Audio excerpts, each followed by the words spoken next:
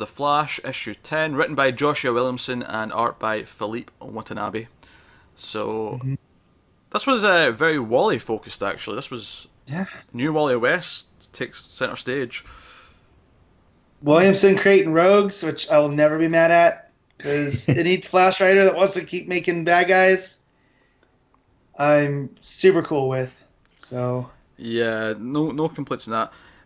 And we even get. Oh, I actually really love those first couple of pages where it's explaining this. Well, I don't know if it's even explaining his backstory. It's more just kind of build to who he is, you know. And it's this sort of dark sepia tone, kind of like, you know, it looks like, you know, the old like yellowed out like pages of a book. Yeah, it's one of my favorite pages of the book.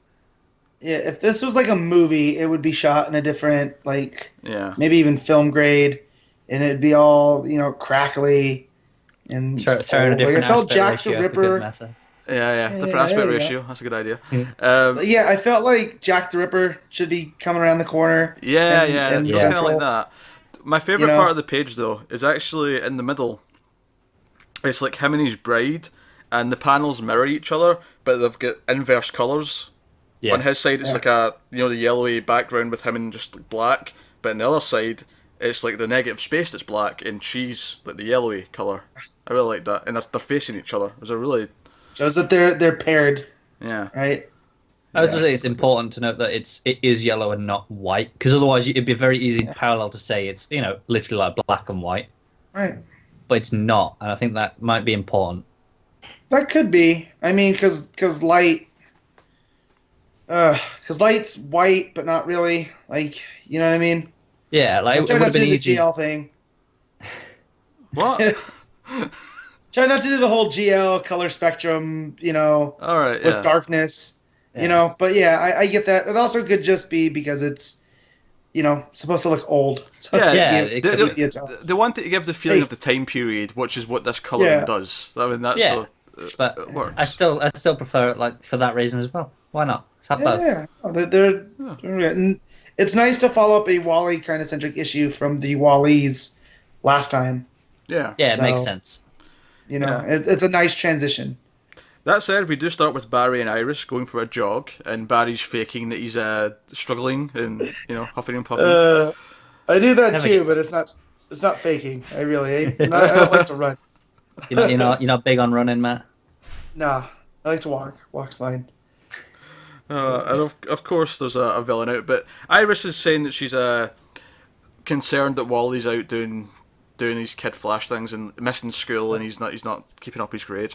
And we get a fantastic new villain, a fantastic new rogue enters the fray.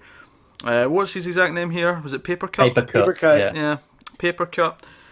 Who throws ninja stars made out of paper. At first I was like, this dude's lame. Like, you throw paper? It was like kind of an Austin Powers, who throws a shoe? And then when you find out that, no, he controls wood. Yeah. And, the thing is, though, that makes him fit right in with the rogues in general. Because I feel like if you describe any of them, like just in a core one sentence, like they'll sound goofy. Captain really... Cold sounds Mirror crappy. Master. Yeah. Although his power sounds cool. Like, if you describe his power, it sounds pretty nifty. Yeah. Travel through mirrors and whatnot, but yeah, Weather Wizard, Mirror Master, Captain Cold. Yeah. You know, all and these. I love that. I read that and I was like, really? He throws. First I thought he was just throwing paper, and he was just gonna try to make a name for himself, because that's what it said. Like, with the rogues being gone, other villains have stepped up trying to fill the void. And then when I found out, oh no, he can actually control them. So like, yeah, that's, if you make ninja stars out of paper. Although I do feel there is a missed opportunity in this book. Mm-hmm. An airplane? For Papercut to yell out the phrase, "I've got wood." That better come. That better happen. That's all I'm saying. But yeah, then he can start controlling the trees. And I thought that was a cool kind of cool, like, old school type deal. You know, where he can't do it for that long. So that's why he uses paper. Yeah. So it added limits right away, and then Barry takes him to Iron Heights. So it's fun.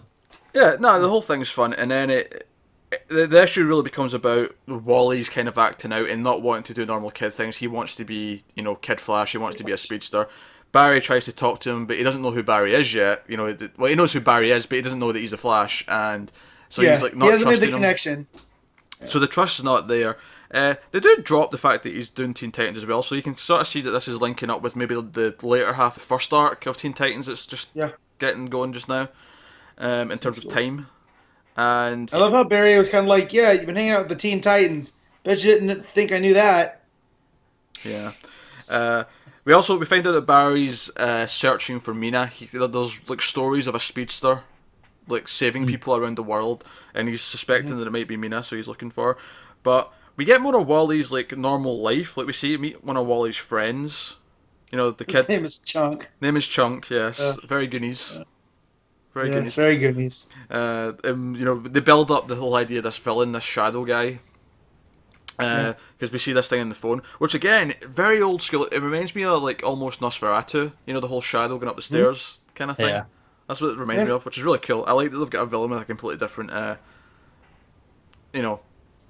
like feel, a different, It's a look. Yeah, he's got his own look. He's got his own feeling. He's got his own, He seems very magic based. Yeah, from where we go. Whereas a lot of the Flash rogues are technology based. So it's cool that there's that counterpoint that even, like Pete said, it's very old school Nosferatu, playing with the shadows. So yeah, there's like straight up demons. I'm down for that. Mm-hmm. So that too. Wally, despite being grounded and told that he's not to be Kid Flash until further notice and whatever else, decides that no, I'm going to go out and find me this villain because I can do this because I'm Kid Flash. I'm a hero, and he does indeed find this fellow who's full on demon with the hat and the the whole coat and old timey look, and he unleashes his like shadow demons at him, and that's our big cliffhanger, is that he goes into this shadow dimension surrounded by demons. I've also had a little problem with this like last couple of pages, more from the art than the other stuff. Oh, go on. So while he's saying like no matter how fast he runs, they keep up with him, yet it never actually looks like he's using his speed in those panels. I didn't get that impression at all until he said that line. I didn't realize that's what it was. And I just thought that kind of took me out of the moment for a minute. Okay, I can see it. I didn't really occur to me. It didn't get me either, just because it felt to me like he was running in place. Yeah.